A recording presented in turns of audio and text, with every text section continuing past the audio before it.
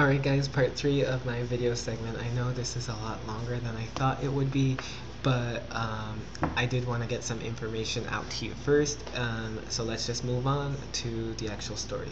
Okay, so this is what happened. I went to go see my doctor, my primary care provider, and I told him my dilemma. I told him I had gender identity disorder, and that sounds so horrible, doesn't it? Like, so bad. Like, I don't think it's a disorder. I don't know. I think there's a better term for it, but whatever. I think there is actually gender dysphoria. So I think that's what it's called.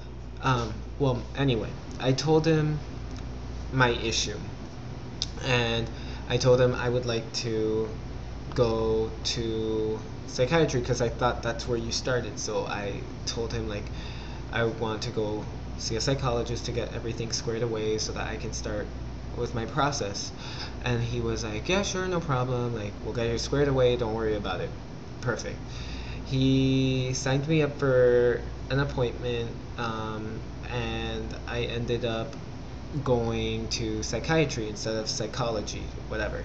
So I went to psychiatry thinking that it was gonna work kind of how civilians, or in the normal world, how medical care works. Like,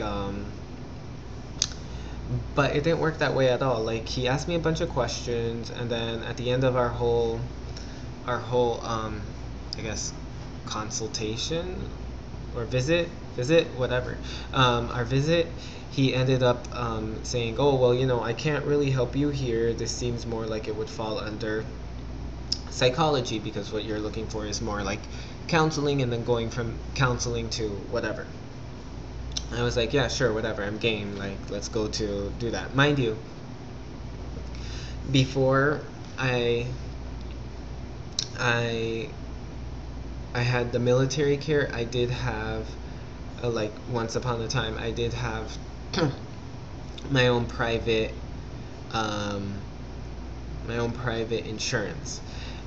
With them, I had seen a psychologist about my issue, or about my gender dysphoria, and I told her that, like, when I saw her and I explained my situation to her, she's like, oh, well, from what I can see, you're well adjusted, you're well adapted, you don't seem like you don't know what you're doing, you seem like you're on the ball, you've done your research, you know what you want, and you seem like reassured or you seem confident in what you are doing. So she was like, I don't see why you can't start hormones right now. I mean, you could have started yesterday for all I care. Like, you're in a good place where you could start now, and I don't feel like you would regret it. So I was gonna end up going with an endocrinologist and taking care of that and starting that up, but I ended my insurance at that point, like somewhere around that point when I was seeing that doctor. So I couldn't obviously continue, because I mean, paying for an endocrinologist out of pocket is, I'm assuming, is super expensive. So I wasn't gonna go ahead and go through with that. And then obviously this thing with the military, like, fell on my lap, and it was like a godsend, and I was like, oh my god, yay, like, oh my god. And then this information, and wow, it might be able to happen, I might be able to do this, everything's working the way I wanted to. Like, I honestly am a student, I don't make a lot of money, I don't have a wealthy family, so this was obviously an option, and I almost felt like it was meant to be. It was like destiny had put me in the path of it. Like, this was meant to be. Like, why else would things work out the way that they worked out? So anyway, fast forward to where I was.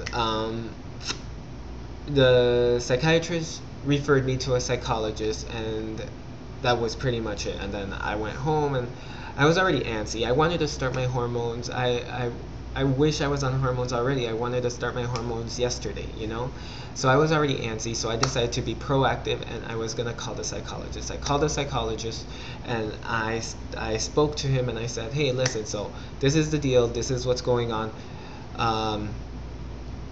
What can I do from here? he told me what I already knew, that the military doesn't cover SRS or breast augmentation. I told him, you know what? I know that. That's fine. Like, I don't care. I know most insurances wouldn't pay for it to begin with, unless you have some crazy insurance and you have crazy money to be paying that insurance. So I knew that from the get-go. I knew I was gonna have to pay out of pocket for that, and I'm okay with that. And I don't have a problem with that. What I care about is HRT and counseling. That's all I care about right now, and that's all that I'm focused on right now, this moment. So he's like, oh, well, we're not qualified to take care of that for you.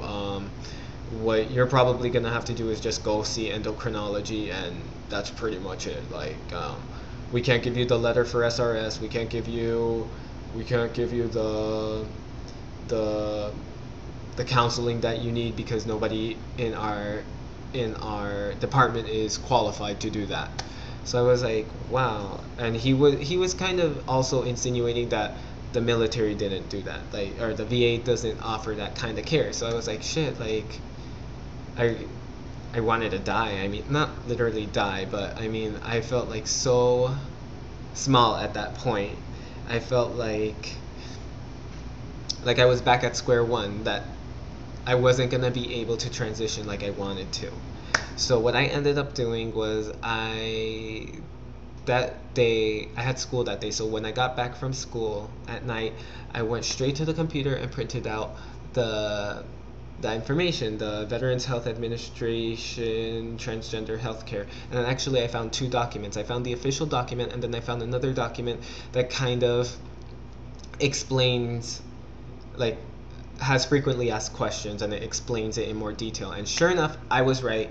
It covers HRT, and it covers counseling. So I'm like, okay, there's got to be somebody I can talk to that's going to help me with this problem and help me with the VA.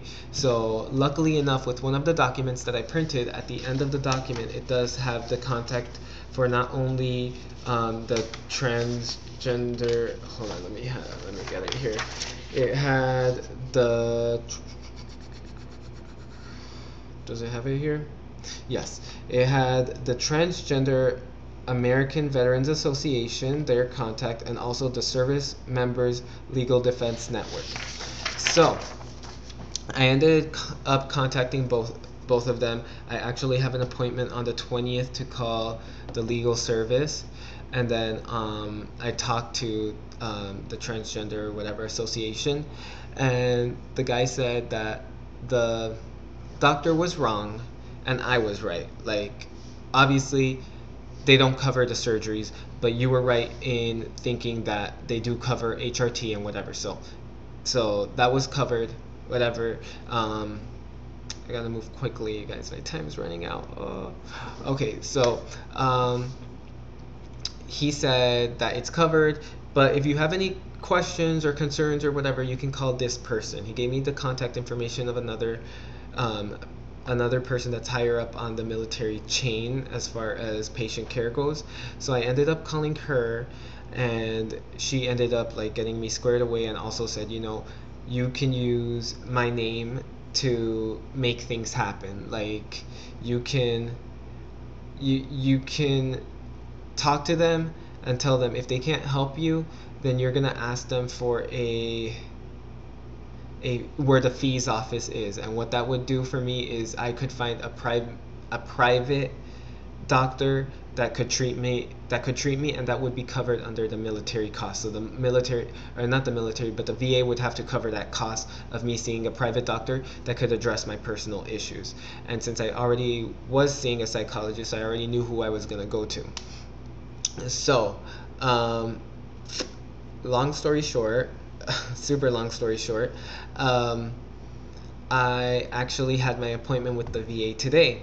So I went to go see, I had an appointment with my doctor. I went to go see my doctor, and I explained the scenario to my doctor, and my doctor was like, oh, okay, yeah, don't worry about it. Like, your best bet, and the lady said the same thing, your best bet would probably be get a letter from this previous psychologist that you saw, this civilian psychologist, and give it to endocrinology. My doctor set up an appointment for me, or set up a referral for me with endocrinology but they're gonna call me to set up the appointment. And then I set up an appointment this week on Thursday with my previous psychologist. So that being said, when I go see my psychologist, I'm gonna ask her for the paper or a letter saying that I can start hormones whenever. That way, when I go see endocrinology, I just give them the paper and I'm good to go. Pretty much that's it. Like, I know it seemed a lot longer, and there's a lot more detail that goes into this story, but I need a long time to kind of tell you guys all of it, and I don't have that kind of time right now. Not that I don't have that kind of time, but like I don't even think I can make a video that long and post it on YouTube. So I'm already pushing it as is. So remember, like, comment, subscribe. Like, comment, subscribe, share if you dare, and I think that's it. I love you guys. Thank you for subscribing. Thank you for watching my videos. And I'll keep you posted with everything that develops. If you have any questions or anything, or you want something cleared up, let me know. Or if you want another video that talks about more detail about this whole procedure, let me know. I'm here for you guys. Just let me know what you want to see and whatever. And I'm sorry this is such a rushed video, and I'm sorry that I might have not given you all the information or the whole story. I'm really sorry, but just let me know if you want to know more or what have you, like whether it's about my military life or about what I'm going through with the doctors. I'll try to keep you posted as far as what's developing in all of this. Okay, so I know just the first video was going to be a lot longer because a lot has happened thus far. So again, I love you guys. Like, comment, subscribe, and share if you dare, and I guess I will see you when I post another video. Bye. Love you.